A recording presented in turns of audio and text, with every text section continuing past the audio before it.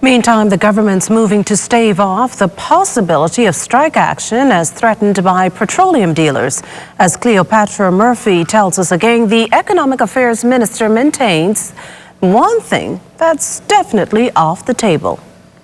Minister of Economic Affairs Senator the Honourable Michael Halkitis on Tuesday dismissed the possibility of a profit margin increase for local petroleum dealers, instead suggesting it would be too much for motorists already contending with escalating fuel costs. It's a very volatile business to be in, and we understand that. But I can say that in this environment, we can look at the whole picture, but to seek to increase margins that would only lead to higher prices at the pump for Bahamians, I think that's, I can safely say that's a non-starter at this time.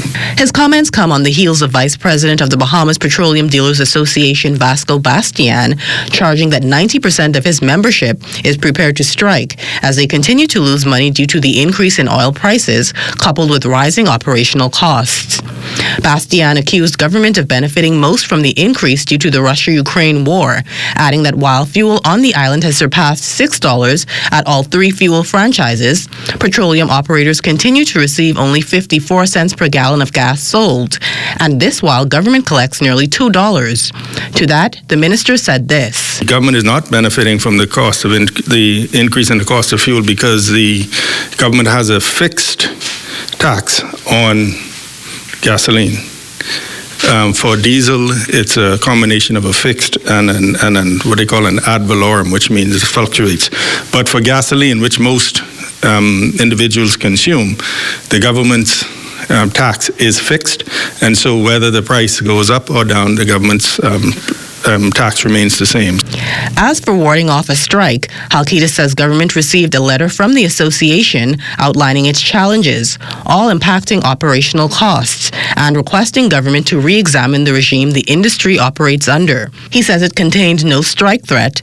Nonetheless, government, he says, is prepared to meet with them to see how it can provide relief. Some of the issues that have been plaguing them are the very high costs to rent their premises, the fact that the companies that control the premises also take off a sum of the convenience store sales, the seesaw sales, off of the top, and they also, some of them have to pay what is known as franchise fees, and so they have a very, very high cost structure.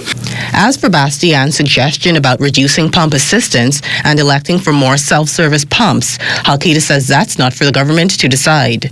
Like, we can't mandate that they must offer a particular service.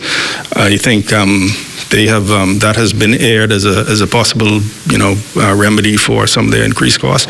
He says government is set to meet with the association on Wednesday afternoon. Cleopatra Murphy, ZNS Network News.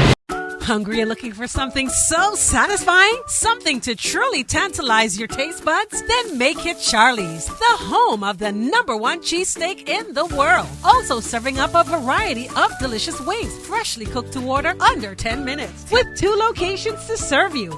Mall at Marathon, open from 11 a.m. until 7 p.m. and the East-West Highway next to Solomon's from 11 a.m. until 10 p.m. That's Charlie's, the home of the #1 cheesesteak in the world. 393-3100.